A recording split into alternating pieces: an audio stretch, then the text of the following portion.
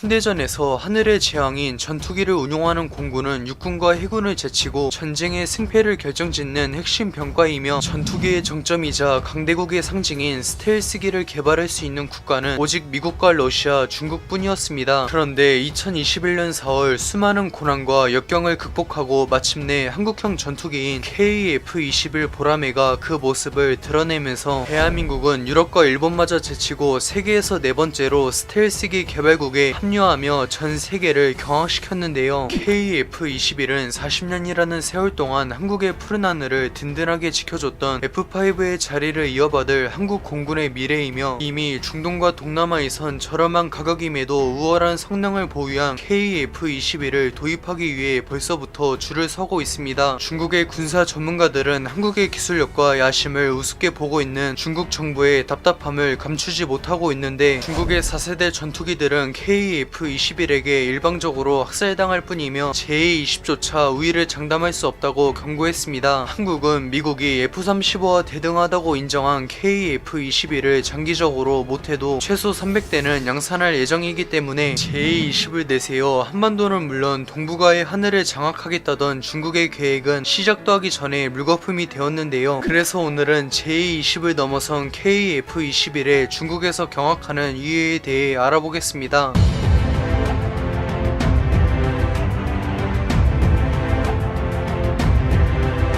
개발사인 카이와 한국 공군은 주변국들과 동북아의 군비 경쟁을 의식했는지 KF-21을 4.5세대 전투기라고 발표했지만 정작 해외 언론들은 KF-21을 스텔스기로 취급하고 있으며 미국에선 아예 한국판 F-35라고 못 박았습니다. KF-21은 두 차례의 개량을 진행할 예정이며 블록 1에서는 스텔스 능력이 전무한 4.5세대 전투기로 분류되지만 블록 3에서는 스텔스기의 상징이자 필수 요소인 내부 무장창을 탑재하며 진정한 스텔스기로 거듭날 예정인데요. KF-21은 개발비 9조원과 양산비 10조원을 투자해 최소 300대 이상을 도입하는 대한민국 건국 이래 최대의 국방 사업이며 인도네시아가 F-33이란 이름으로 50대를 도입할 예정인데 벌써부터 동남아 최강의 전투기라며 홍보하고 있습니다. KF-21은 대당 600억으로 스텔스기는 물론 1000억이 훌쩍 넘는 4.5세대 전투기와 비교해도 훨씬 저렴해서 중국과 맞서야 하는 동남아 국가들이나 미국의 갑질에 지친 중동의 산유국들이 뜨거운 관심을 보이고 있는데요. 거기다 KF-21은 최근만 보면 4.5세대 최강의 전투기 중 하나인 프랑스의 라팔이나 유럽의 유로파이터와 매우 비슷하지만 최신 전투기답게 공대공 능력을 포함한 종합적인 성능에서 훨씬 우월하며 특히 스텔스 능력은 클래스가 다릅니다. 한중일 삼국이 속해 있는 동아시아는 유럽과 북미를 능가하는 세계 최대의 경제권으로 이름을 떨치고 있지만